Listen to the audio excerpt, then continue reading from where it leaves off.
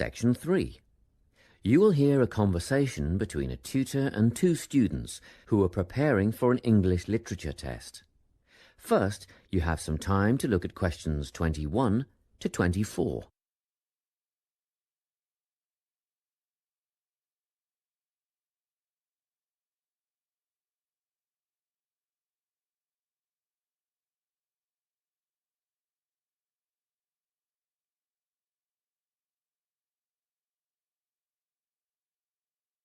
Listen carefully and answer questions 21 to 24.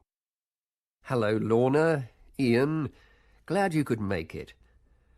You're the only two who put your names down for this literature tutorial, so let's get started, shall we?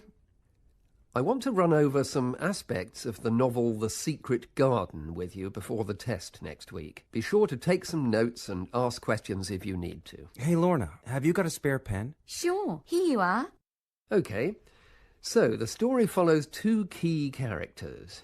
You should refer to them as protagonists, who go by the names of Mary Lennox and Colin Craven. The story is set shortly after the turn of the 20th century, and the narrative tracks the development of the protagonists as they learn to overcome their own personal troubles together.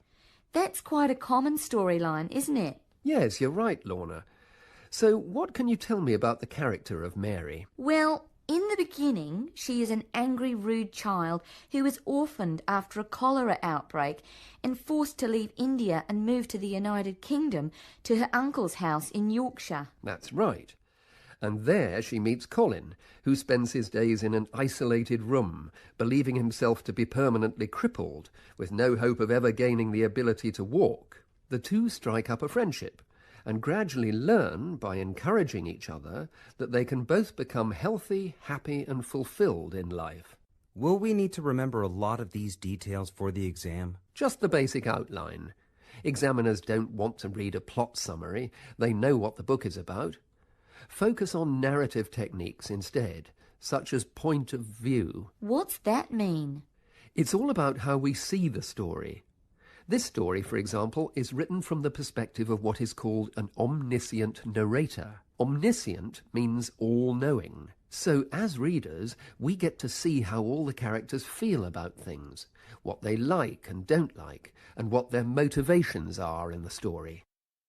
Before you hear the rest of the conversation, you have some time to look at questions 25 to 30.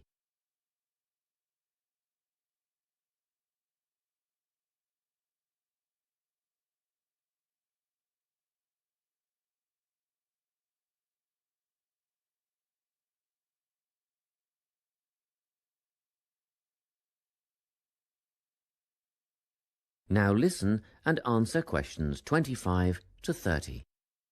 Won't it be hard to write a technical analysis? After all, it's a kid's book. Well, it was initially pitched at adults, you know.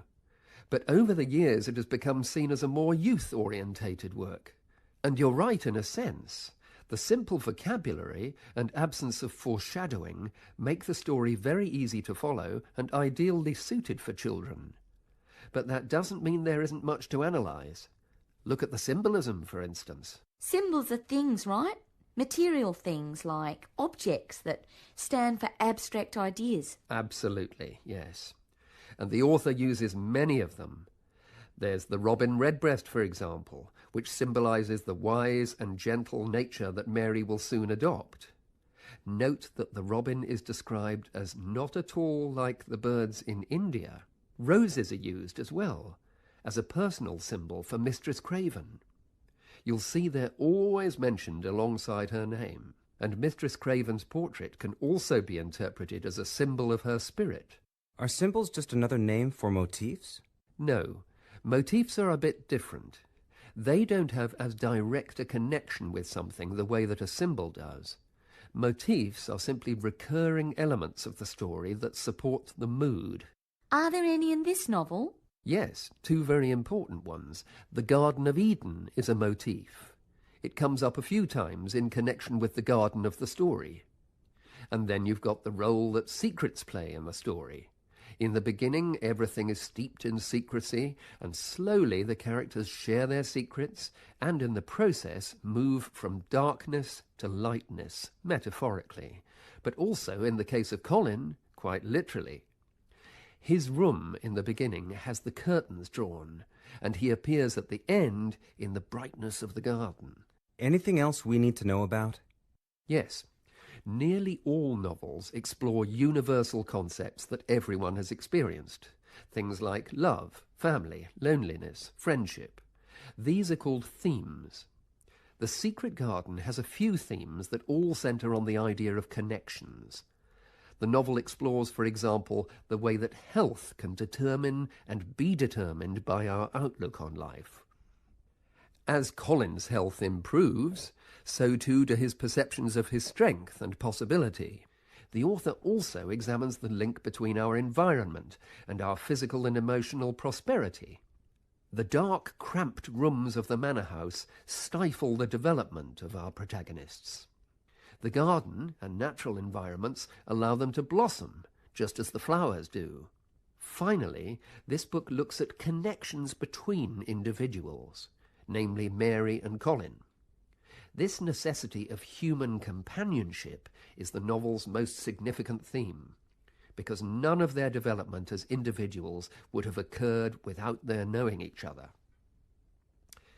Well, that about sums it up, I think. That's a great help, thanks. Yes, thanks very much.